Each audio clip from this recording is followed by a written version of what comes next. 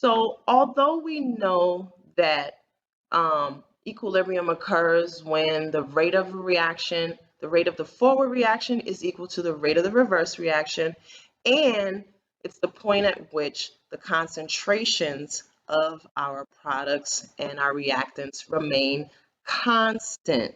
So from this, we can define the equilibrium constant at the point at which the concentrations of the products and the reactants are constant, no longer changing. So K, our equilibrium constant, comes from our balanced equation. And we can determine the equilibrium expression or equilibrium equation as the concentration of our products. So the brackets, these brackets mean concentration. So whenever you see whenever you see brackets, let's say around, right? That means the concentration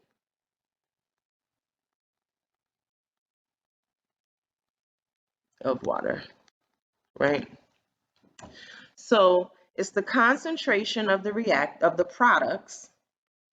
products raised to the coefficient divided by the concentration of the reactants raised to the coefficient. Now, if the coefficient is 1, then then you don't have to write a coefficient of 1 here. K values are going to vary with temperature. Why? Because remember, as I increase the temperature on a reaction, I'm going to increase the rate.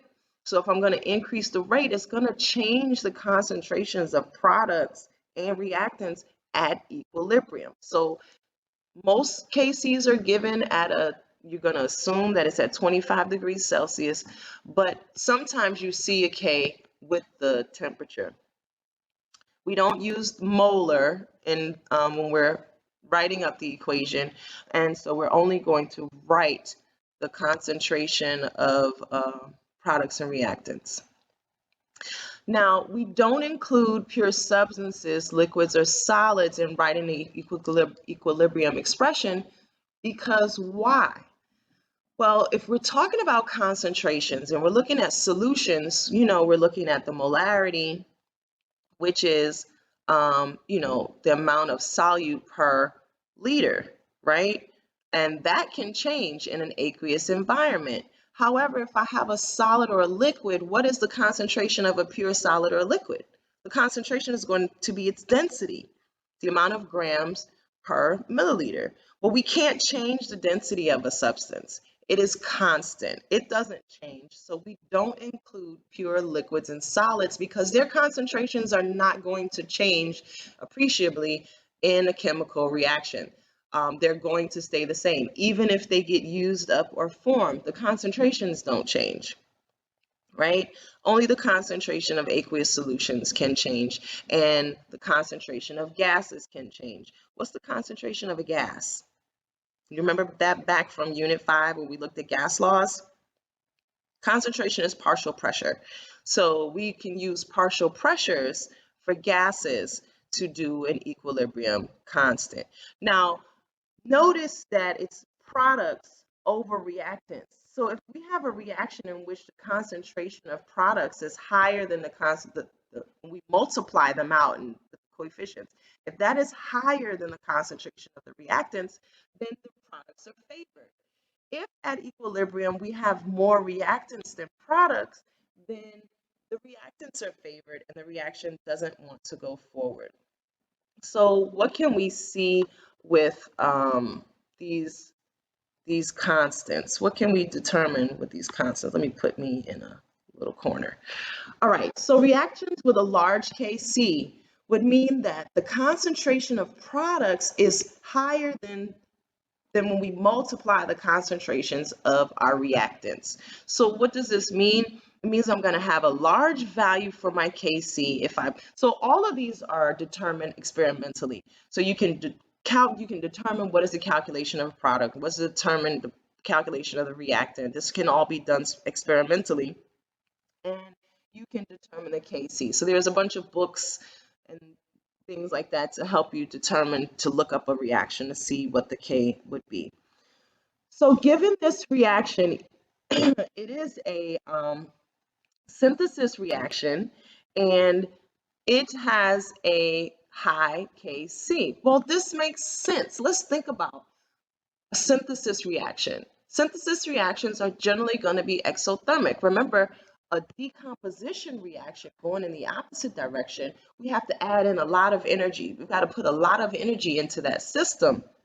And so it's going to take a lot of energy to break this thing down to give us our pure substances, other substances, right? So this kind of makes sense that if I have that if this reaction has a large Kc, that means that going forward is the favored reaction. And if going forward is the favored reaction, what can we say about the delta G for this reaction going forward? Well, that would mean that we have a negative delta G and it's spontaneous in the forward direction, because our Kc shows us that at equilibrium, I have a higher amount of products than reactants. And so this reaction would most likely go forward. And at equilibrium, the reaction mixture contains mostly product.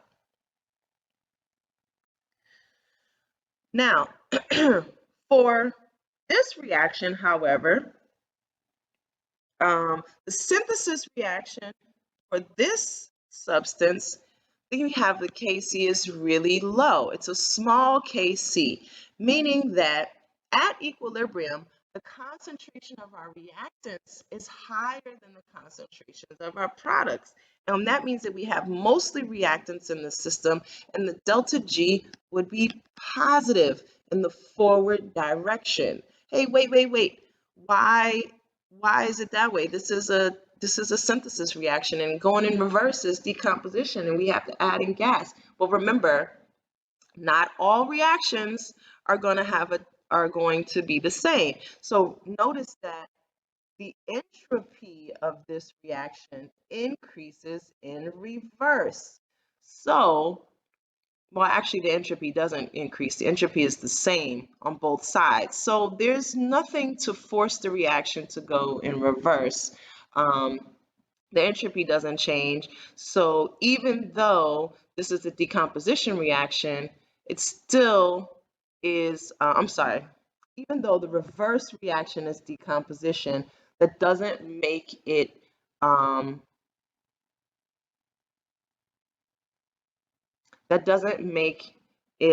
more favorable in the forward reaction. But that's not what I want to say. So in the previous slide, I said that decomposition, you need a lot of energy to go in for most reactions. This just so happens that for this reaction, the reverse is favored, even though it is a decomposition reaction. You have to add in energy. So you really have to take a look at what is the Kc to help you determine whether it would be spontaneous in the forward or reverse direction, right? So let's say a high Kc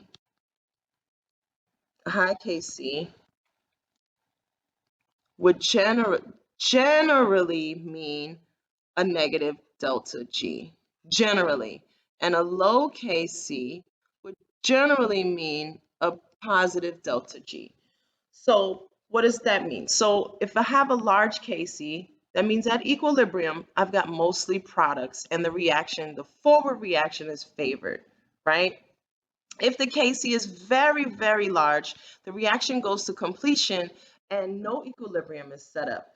It's like the reaction is going to go all the way forward, and you're probably going to have very little reactants in your reaction mixture. If the Kc is really small, right, the reaction is going to hardly go at all, and we could say that it's positive delta G. It's not spontaneous in the forward direction, but it will be spontaneous in the opposite direction, right? So reactions with a small Kc have a positive delta G in the forward reaction, but it would have a negative delta G in reverse, right? Same thing for if I have a high Kc and it's negative delta G in the forward reaction, it's going to be positive delta G in reverse. Okay? Reactions that have a Kc of about 1, that means we're going to have about equal concentrations of reactants and products at equilibrium. Right? It's a moderate reaction. We have, it's hard for us to get the product out of here. And so a Kc of 1 is not really helpful in the industrial sense. For industry, we want our reactions to go to completion. We want to have large Kc, but sometimes those reactions have a small Kc, and we have to manipulate the reaction to get our products form the way that we want to. All right, so a large Kc, we're going to have mostly products at equilibrium. It's most likely going to be spontaneous in the forward direction. If I have a small Kc, I'm going to have mainly reactants in my reaction mixture at equilibrium, and it's most likely to be non-spontaneous in the forward direction and spontaneous in the reverse direction. So here we have some examples of reactions with large and small Kc values.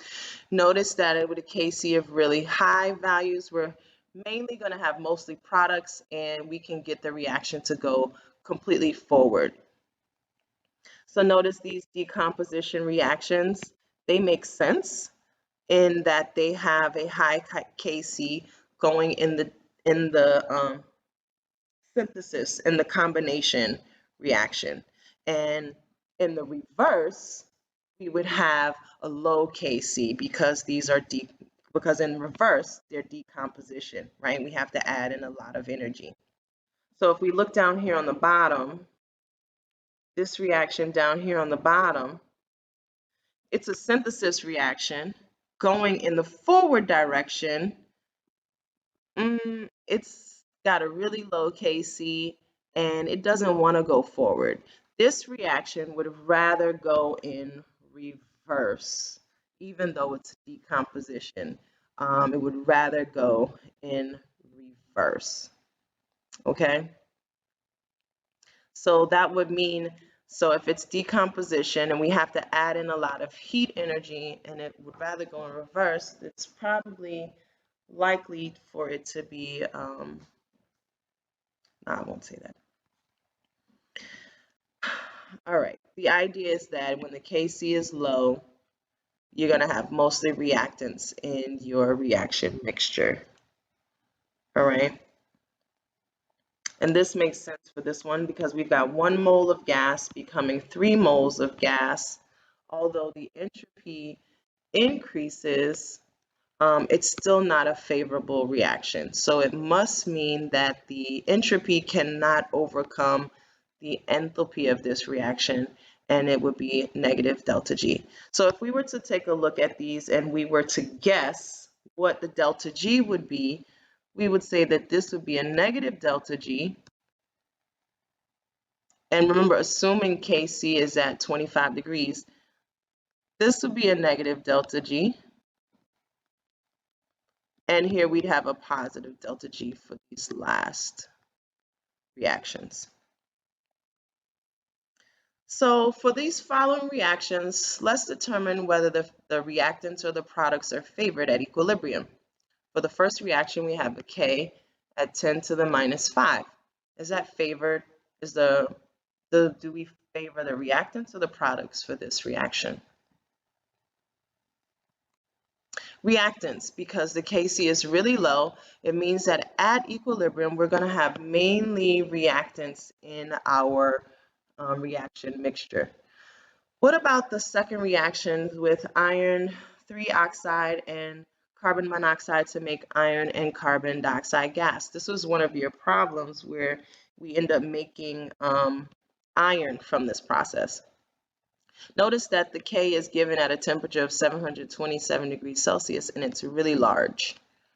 So yes, we're going to favor our products at this temperature. What if I decrease this temperature to room temperature? Do you think that we'll still have a large Kc? Probably not. So what kind of other information does that give you from this reaction?